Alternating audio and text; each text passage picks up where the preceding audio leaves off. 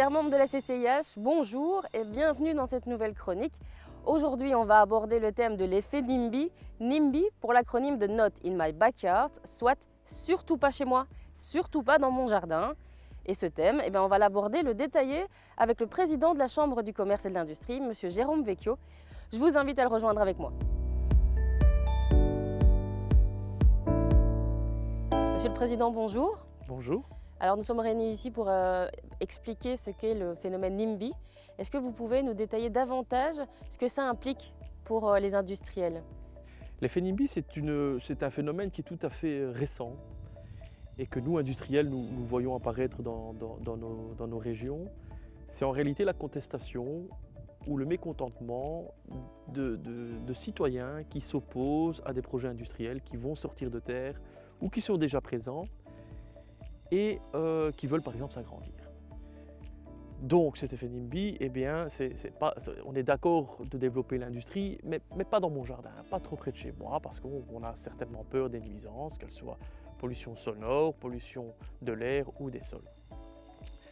Et donc voilà, aujourd'hui l'industriel se trouve face à un collectif de citoyens qui va bloquer carrément le projet industriel.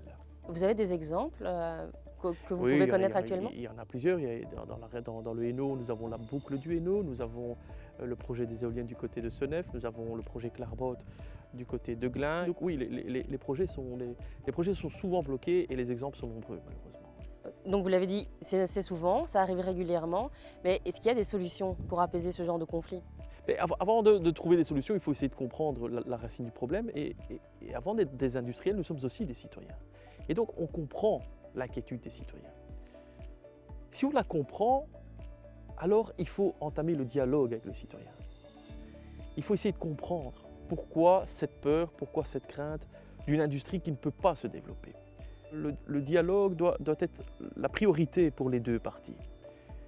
J'invite dès lors les citoyens ainsi que les industriels à immédiatement discuter et prendre part au projet, à comprendre le projet, à peut-être même le développer ensemble. Sans dialogue, on peut comprendre que le citoyen a certaines inquiétudes.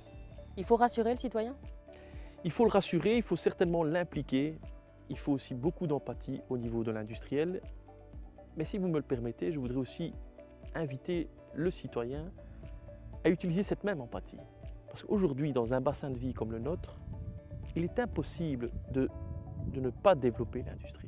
Alors on a parlé des industriels et des citoyens, mais il y a un troisième acteur dans ce genre de conflit, c'est le législateur. Qu'en est-il à ce niveau-là? C'est vrai que le législateur, le monde politique a également son rôle à jouer dans ce genre de conflit. Je tiens aussi à rassurer les deux parties, que ce soit la partie citoyenne ou la partie industrielle. La législation nous oblige à ne pas polluer. Et si il devait y avoir une zone grise dans la législation, j'invite alors à ce moment-là le monde politique à résoudre cette question que peut se poser le citoyen pour apporter une solution à l'industrie. Vous les invitez à prendre davantage leurs responsabilités? Je pense qu'ils le font déjà.